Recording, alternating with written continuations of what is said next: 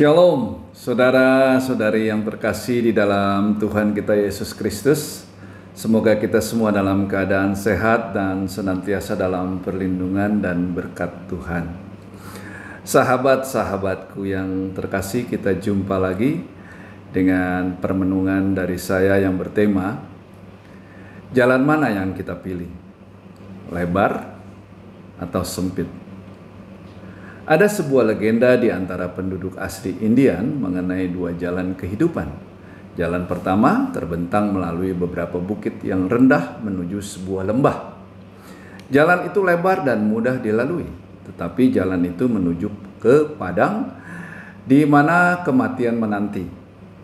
Jalan yang kedua adalah jalan yang sempit, berkelok-kelok menanjak melintasi gunung-gunung terjal, berbatu karang dan banyak rintangan. Hanya yang kuat dapat mencapai puncak gunung di mana burung-burung Raja Wali terbang tinggi. Melalui legenda ini, para orang tua Indian mengajar anak-anak mereka bahwa jalan yang paling mudah bukanlah jalan yang paling baik. Karakter yang kuat dibangun dengan menghadapi rintangan-rintangan dan berjuang keras, bukan dengan menghindari kesulitan-kesulitan dan mencari kehidupan yang mudah. Begitupun setia mengikuti Yesus bukan hal yang mudah. Semua orang bisa menjadi orang Kristen atau orang percaya. Tetapi apakah orang Kristen akan tetap setia mengikuti Yesus ketika sedang dalam tekanan dan kesulitan? Banyak hal-hal yang Tuhan izinkan untuk kita alami. Hal ini untuk menguji kesetiaan kita dalam mengikuti Dia. Ada penyakit, ada pergumulan, masalah ekonomi, keluarga, dan sebagainya. Tetapi melalui itu semua kita belajar untuk tetap bertekun dan setia kepadanya.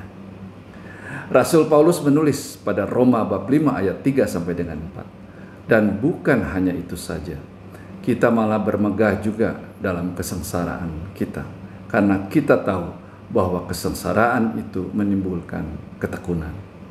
Dan ketekunan menimbulkan tahan uji, dan tahan uji menimbulkan pengharapan. Begitupun pada Yakobus bab 1 ayat 3 sampai dengan 4 tertulis, sebab kamu tahu bahwa ujian terhadap imanmu itu menghasilkan ketekunan. Dan biarkanlah ketekunan itu memperoleh buah yang matang, supaya kamu menjadi sempurna dan utuh dan tak kekurangan suatu apapun. Dalam Injil Matius bab 7 ayat 13 sampai dengan 14 tertulis, masuklah melalui pintu yang sesak itu, karena lebarlah pintu dan luaslah jalan yang menuju kepada kebinasaan, dan banyak orang yang masuk melaluinya.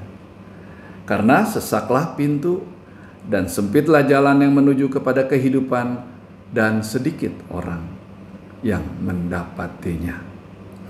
Sahabat-sahabat yang terkasih, melewati pintu yang sesak itu seperti orang yang sedang dimurnikan dan ditahirkan, seperti emas dan perak. Kesengsaraan itu akan menghasilkan kesetiaan, serta ujian terhadap iman kita itu akan menghasilkan ketekunan, karena ketekunan itu memperoleh buah yang matang.